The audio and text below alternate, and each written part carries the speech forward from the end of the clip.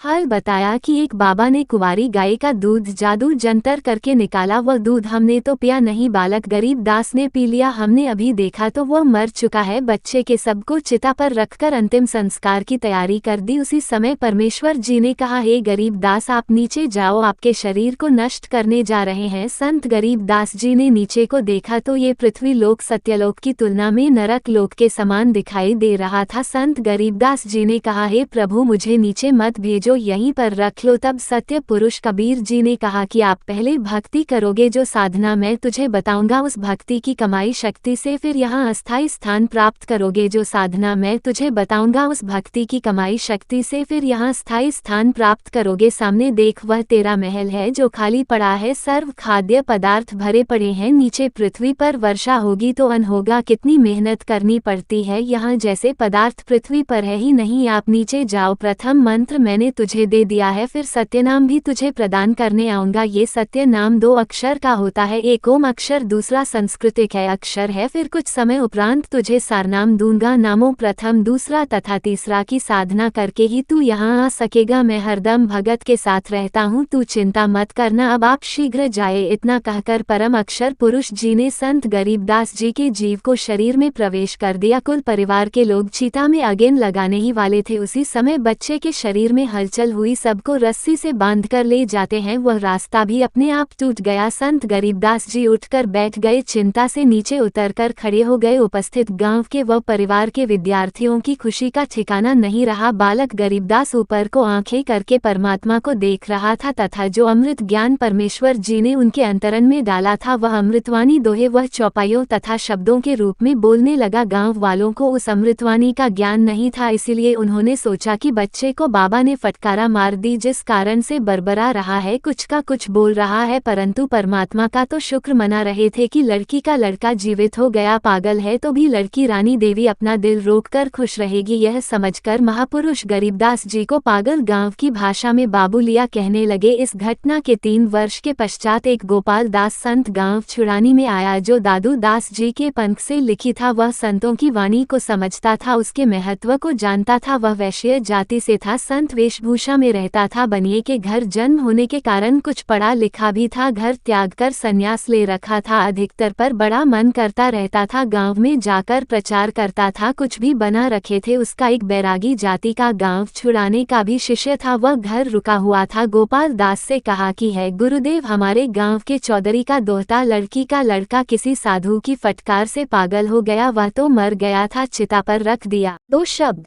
था। लड़की रानी की किस्मत से बच्चा जीवित तो हो गया परंतु पागल हो गया। सब जगह संत गोपाल दास जी ने कहा कि बुलाओ उस लड़के को। शिष्य ने चौधरी शिवलाल झाड़ फूंक करने वालों से भी इलाज करा लिया, अन्य दवाई पागलपन दूर करने की भी बहुत खिला ली, लेकिन कोई राहत नहीं मिली।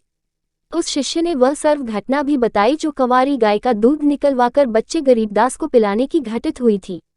फिर उसने कहा कि कहते हैं संत की विद्या को संत ही काट सकता है, कुछ कृपा करो। गुरुदेव जी से कहा कि मेरे घर पर एक बाबा जी आया है, मैंने उसको आपके दोहते गरीबदास के बारे में बताया है। बाबा जी ने कहा है कि एक बार बुलाओ, ठीक हो जाएगा, एक बार दिखा लो। अब तो गांव में ही बाबा जी आया है, बहुत पहुंचा हुआ संत है।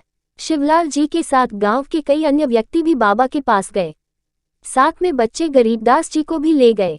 संत गोपाल दास जी ने बालक गरीबदास जी से प्रश्न किया कि बेटा, वह कौन बाबा था जिसने तेरा जीवन बर्बाद कर दिया?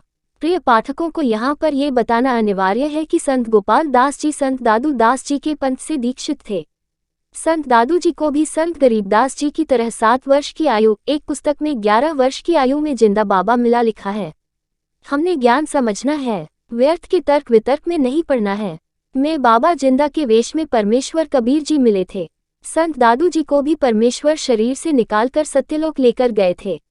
संत दादू जी 3 दिन रात अचेत अवस्था में रहे थे। तीसरे दिन वापस सचेत हुए तो कहा था कि मैं परमेश्वर कबीर जी के साथ अमर लोक गया था। वह आलम बड़ा कबीर है, वह सबको रचने वाला है, सर्व सृष्टि का रचनहार है। कहा कि जिन मुझको निज नाम दिया सोई सद्गुरु हमार, दादू दूसरा कोई नहीं, कबीर सिरजनहार। दादू नाम कबीर की जय कोई लेवे ओट, उनको कबहू लागे नहीं काल वज की चोट। अभी तेरी सब मिट काल कर्म की पीर पौर, श्वास उस्वास सुमले दादू नाम कबीर। कहरी नाम कबीर का विषम काल गजराज दादू भजन प्रताप से भागे सुनत आवाज। इस प्रकार दादू जी के ग्रंथ में वाणी लिखी है। गोपाल दास इस बात को जानता था कि दादू जी को बूढ़ा बाबा के रूप में परमात्मा मिला था। दादू जी मुसलमान तेली था, इसलिए मुसलमान समाज कबीर का अर्थ बड़ा करता है, जिस कारण से काशी वाले जुलाहे कबीर को नहीं मानते। दादू पंथी कहते हैं कि कबीर का अर्थ बड़ा भगवान अल्लाह कबीर इक्वल्स अल्लाह अकबीर है। इसी प्रकार श्री नानक देव जी सुल्तानपुर शहर के पास वह रही बेई नदी में स्नान करने गए। परमात्मा जिंदा बाबा के रूप में उस समय मिले थे। उनको भी 3 दिन तक अपने साथ रखा था। सच्चखंड सत्यलोक लेकर गए थे, फिर वापस छोड़ा था। तारानकन एक अब्राहिम सुल्तान अधम नाम का बलक बुखारे शहर का राजा था। इराक देश का रहने वाला था। उसको भी परमात्मा जिंदा बाबा के रूप में मिले थे। उसका भी उद्धार कबीर परमेश्वर जी ने किया था।